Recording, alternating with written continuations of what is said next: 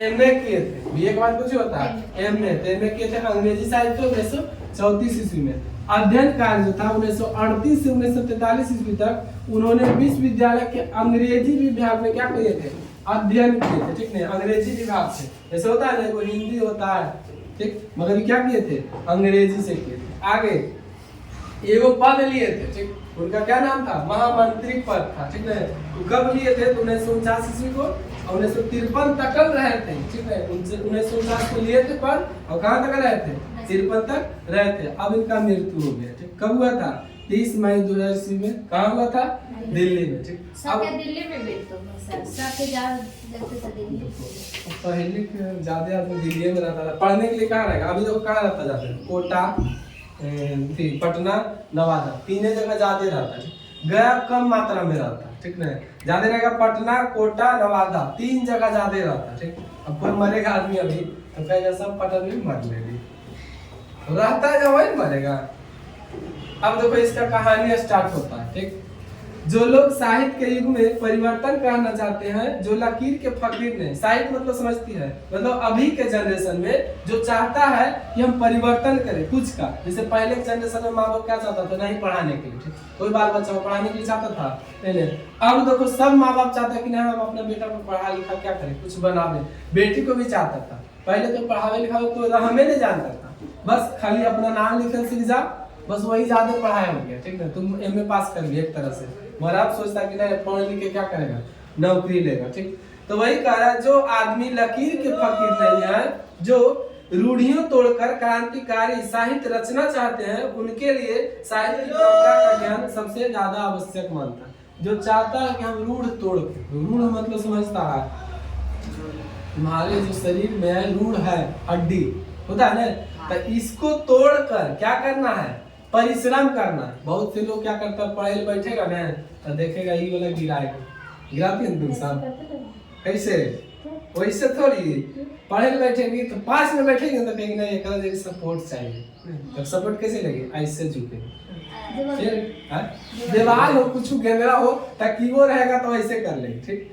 फिर कहेगी नहीं हुनार सपोर्ट चाहिए, ये अपने रिएक्शन देता है, सिग्नल दे रहा है तुमको कि नहीं हमरा आप चाहिए, मतलब दीवार चाहिए, साफ बात। हाँ, तो तुम सोचेगा कि अरे जरी शुरू किया नहीं, ये गुनाह टस्को ले डायरेक्ट हो जा, हां टसा गया, तो कहता नहीं अभी भी सपोर्ट में नहीं है, आओ इसको चल, तो डायरेक्ट तकिया लेके सूत का इससे चालू। कुछ देर के बाद ये आराम मिला, तोरो आराम दिया, तू नीचे से चल गई, यानी सूत गई, ठीक है। तो वही कहता है, जो आदमी अगर रूढ़ी तोड़ता है, यानी कि हड्डी को तोड़ना चाहता है, वो ऑटोमेटिक क्रांतिकारी कर सकता है, समझा, यानी कोई चीज कर सकता है, जो चाहेगा वो कर सकता है। अगर तुम सोचेगी कि हम रूढ़ नहीं तोड़े, ठीक है, हमको दर्द नहीं करे, तो पढ़ पाएगी कभी नहीं।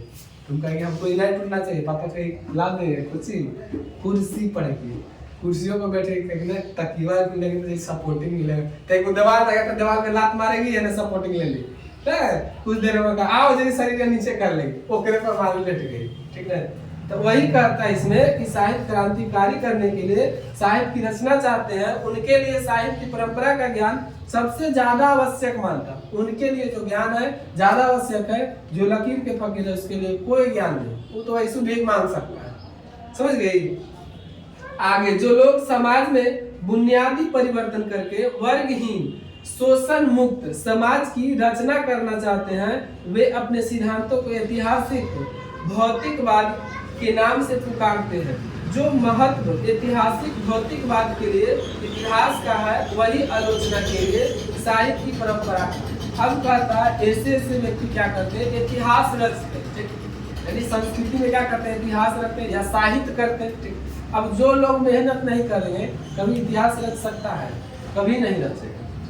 आगे, साहित्य की परंपरा का ज्ञान से ही प्रगतिशील आलोचना का विकास होता है। प्रगतिशील आलोचना के ज्ञान से साहित्य की धारा मोड़ी जा सकती है। अब उसका विकास होगा तो साहित्य की धारा जरूर मोड़ेगा, ठीक। अगर विकास होने नहीं करेगा तो साहित्य की धारा कभी नहीं मोड़ेगा, ठीक। अगर तुम घर में सुतल रहो तो तुम्हारा कभी विकास होगा, आपको तो पता चला कि तुम्हारा शरीर टूट जाएगा, दिन में सूत के उठो ना, देखो कैसा महसूस होता है, लगेगा आए 1 घंटा सूते ना, तुमको कुछ नहीं बुझाएगा, तुमको टेंशन नहीं रहेगा कि हमको ये काम करना।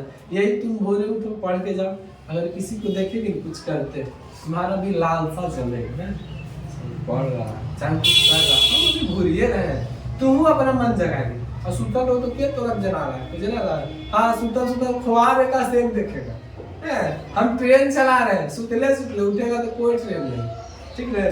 तो वही कहता है प्रगतिशील आलोचना का विकास होता है।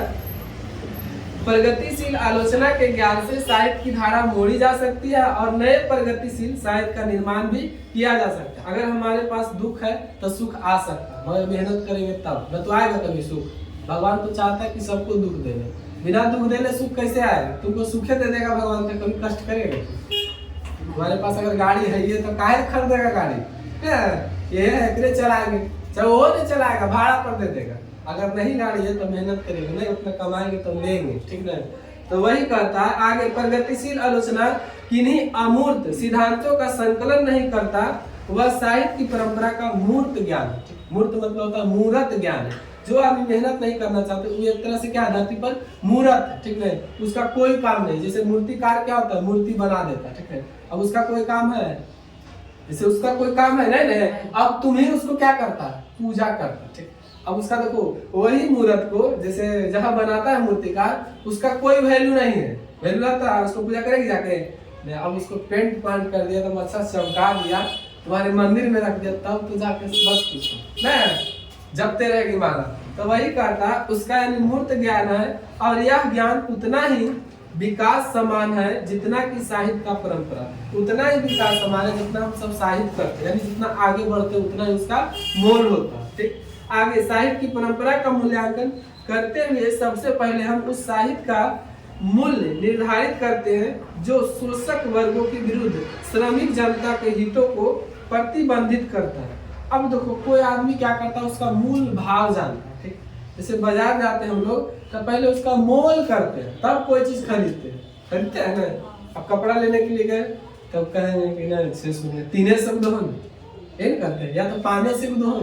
अगर वो कह दिया कि नहीं बचत है नहीं देंगे, चाहे दे दिया तब ठीक है, मगर हाँ इस समय में तू मोल भाव कर लेती, ठीक। जो बड़ा बड़ा आदमी है, मगर कभी भी जो ठेला लगाता है, ठीक है, जो नीचे बेचता है उससे कभी मोल भाव नहीं किया करो, ठीक।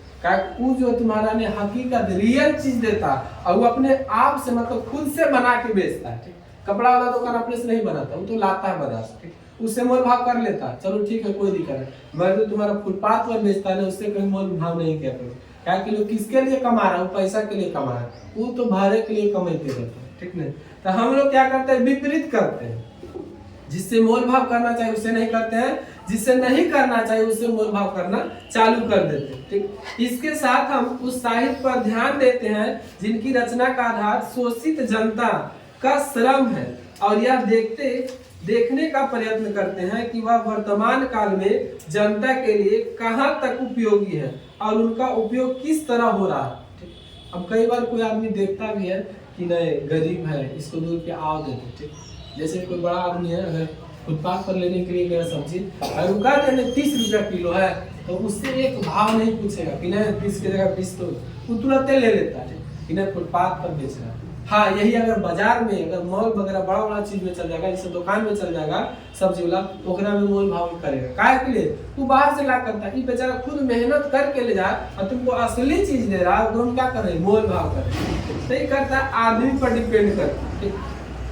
वह वर्तमान काल को जनता के लिए कहाँ तक उपयोगी है और उसका उपयोग किस तरह से हो सकता है। इसके अलावा जो साहित्य सीधे संपत्तिशाली वर्गों को देख रेख में रचा गया है और उनके वर्ग हितों को प्रतिबंधित करता है, उसे भी परख कर देखना चाहिए कि वह आभूषणीय दई वर्ग का साहित्य है कि नहीं। अब देखो बहुत से आदमी क्या करता है, परखता है। जैसे अगर तुम्हें किसी को दोस्त बनाया हो तो बहुत आदमी परखना नहीं चालू करता, तो इसी पर तुरंत क्या करता है, विश्वास कर लेता है। बहुत से लोग होता है तुमको परखे के लिए चाहते, अब परखेगा वो कैसे, अब सोचेगा जैसे तुमको बहुत दोस्त होता है ना, तो कहता है ना कि जी जान लगा दे, दुख सुख में सब में क्या देंगे, तुम्हारा साथ देंगे। अब वो जानबूझ के दुख करे उसका परीक्षा लेने के लिए, ठीक। अब उसको कहेगा ना हमको जरूरत है ये, तो वो सोचता है कि अगर इसको हम पैसा मिलेगा तो पता नहीं देगा कि नहीं देगा, पता लेके भाग जाएगा, ठीक। लेकिन नहीं पैसा है ये ना यार, हालांकि उसके पास है पैसा मगर क्या चाह रहा देने के लिए नहीं चाह रहा, मगर जो मांग रहा पैसा वो क्या ले रहा है तुमसे, परीक्षा ले रहा है कि देखते हैं तुम देता है कि नहीं, उसी से पकड़ लेता है कि नहीं दोस्ती उतना ही भर रखेंगे, मतलब कम मात्रा में रखेंगे, ठीक नहीं।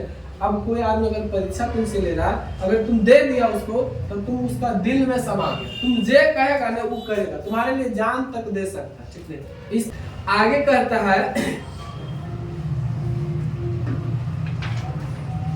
यह स्मरण रखना चाहिए कि पुरान समाज के वर्गों को रूपरेखा कभी बहुत स्पष्ट नहीं होती, यह पूंजीवादी का यथेश्रेष्ठ विकास हो गया है, वही यह संभावना होती है कि संपत्तिशाली और संपत्तिहीन वर्ग एक दूसरे के समान पूरी तरह से विरोध बनकर खड़े हो जाते हैं, ठीक। अगर हम गलत तरीका से पैसा कमाते हैं तो बहुत जल्दी चले जाते हैं, जाता है। कोई आदमी अगर चोरी करना सीखा, अगर चोरी किया तो उसका पैसा या तो कोई दूसरा चुरा लेगा, ठीक नहीं, या तो भुला जाएगा, या तो उसी का घर का कोई ले लेगा, ठीक। मगर हाँ अगर तू मेहनत से कमाएगा, 10 भी रुपया कमाए ना तो तुम्हारा जेब में हमेशा रहेगा, कभी भी भुलाएगा नहीं। तो वही कहता है जो बुराई तरह से मतलब बुरी तरह से पैसा कमाता है उसका मतलब हमेशा क्या होता है, नष्ट होते रहता है, मतलब कभी आता है तो हमेशा चले जाता है, ठीक। पुराने साहित्य में वर्गहित साफ ठुकराते हुए दिखाई देते हैं कि इनकी संभावना कम होती है। संभवतः कि अनेक तत्वों की तरह साहित्य में भी ऐसे तत्व होते हैं जो विरोधी वर्गों के काम में आते हैं। आग जलाकर खाना पकाना मानव सभ्यता का सामान्य तत्व बन गया। देखो आग जलाकर जो खाना बनाते हैं उसका सामान्य तत्व है, ठीक। उसको अहमियत पता है, ठीक नहीं, कि खाना कैसे बनाया जाता है, मगर जो खाता है उसको पता है। जैसे पहले के जनरेशन में हम सब का बात ले लो, हम सब खुद घर जाते थे तो आराम से निकालते थे खाते थे। अगर कहते थे मतलब घर में बोलती थी माँ लोग चाहे मम्मी कितना मेहनत से खाना बना, तो अगर कुछ है करा में अरे तो झूठे का कोई नाटक कर ले रहे तो ऐसी बना ले घंटा में। मगर अब जब अपने पर आता तो लगता है कि बात सही था, कितना मेहनत, समझ गया। सब चीज आसान है मगर खाना बनाना बहुत हार्ड है, आसान है। तो अब जो कर रहा है उसके लिए आसान है, ठीक नहीं। अब जो नहीं किया उसके लिए क्या है, हार्ड है। जैसे हम लोग अगर कैसे हार्ड है बता रहे, जैसे तुम्हारे लिए सब तुमसे नहीं बनाते नहीं, जिसका मतलब घर में खाना तो रोज सोचता आज सब्जी बनाए, कल कुछ बनाएंगे, फिर सोचे परसों कुछ बनाए, अब सोच रहा हूँ एक तरह से पढ़ाई की तरह, अच्छा आज तो दिन कर ली पता नहीं कैसे कल कटेगा, समझ गया। अब जो खाएगा उसका टेंशन है कभी कि कल को चीज हमको खाए मिलेगा, अरे जे बनेगा वो खाएगा करेंगे, सीधा सीधी। मगर बनाने लग तो टेंशन रहता है, अब बनाएगा अलगे दिमाग खराब, समझ गया। तो वही कहता है कि खाना बनाने में क्या है, बहुत कड़ाई है, यानी कड़ोर होता है, ठीक नहीं। इसकी संभावना कम होती है। आगे आग जलाकर खाना पकाना मानव सभ्यता का समान तत्व बन गया। कल कारखानों में भाप और बिजली से चलने वाली मशीनों का उपयोग समाजवादी व्यवस्था में होता है, ठीक। पहले क्या होता था, भाप से ही बिजली से क्या चलता था, कल कारखाना चलता था। अब तो एक विद्युत उपकरण हो गया, ठीक नहीं, कोई जरूरत नहीं है तुम्हारा धुआं वगैरह निकालने से, ऑटोमेटिक चल रहा है, ठीक। और पूंजीवादी व्यवस्था में भी सभ्यता का हर स्तर वर्ग युक्त नहीं होता। इसी तरह साहित्य का हर स्तर संपत्तिशील वर्गों के हितों से बंधा हुआ नहीं रहता। साहित्य की इस व्यापकता से स्वीकार न करना वैसे ही है जैसे समाजवादी व्यवस्था में बिजली का उपयोग न करके, क्योंकि इसका आविष्कार पूंजीवादी समाज में हुआ था और उसका उपयोग भी पूंजीपतियों ने अपने हितों में किया था। अब देखो बहुत से लोग होता है जो बाप का धन पर क्या करता है, ऐश मौज नहीं करता है, मगर बहुत से लोग होते हैं बाप धन पर क्या करता है, बाप का धन पर ऐश मौज करता है। बेटी हो या बेटा हो, ठीक, कोई चाहता है कि मेरा बाप के कितना भी 10 बीघा जमीन हमरा कमाने की जरूरत है, ओकरे से खोल के खेले नहीं। कोई बाप बेटा सोचता कि नहीं मेरे बाप के अगर 6 बीघा जमीन है तो हम अगर बाप बनेंगे तो मेरे पास कितना जमीन रहना चाहिए, 12 बीघा रहना चाहिए, ठीक। तब मेहनत उसके लिए करेगा ना। कोई चाहता है कि नहीं 6 बीघा तो मेरा हम बाप बनेंगे तो 3 बीघा उसको कर देंगे, नहीं मतलब खा के, समझ गया। तो वही कहता है इसके लिए क्या है, पूंजीपतियों का होना जरूरी है, ठीक नहीं। आज देखो यही तक पढ़ा है, ठीक नहीं, हो गया है।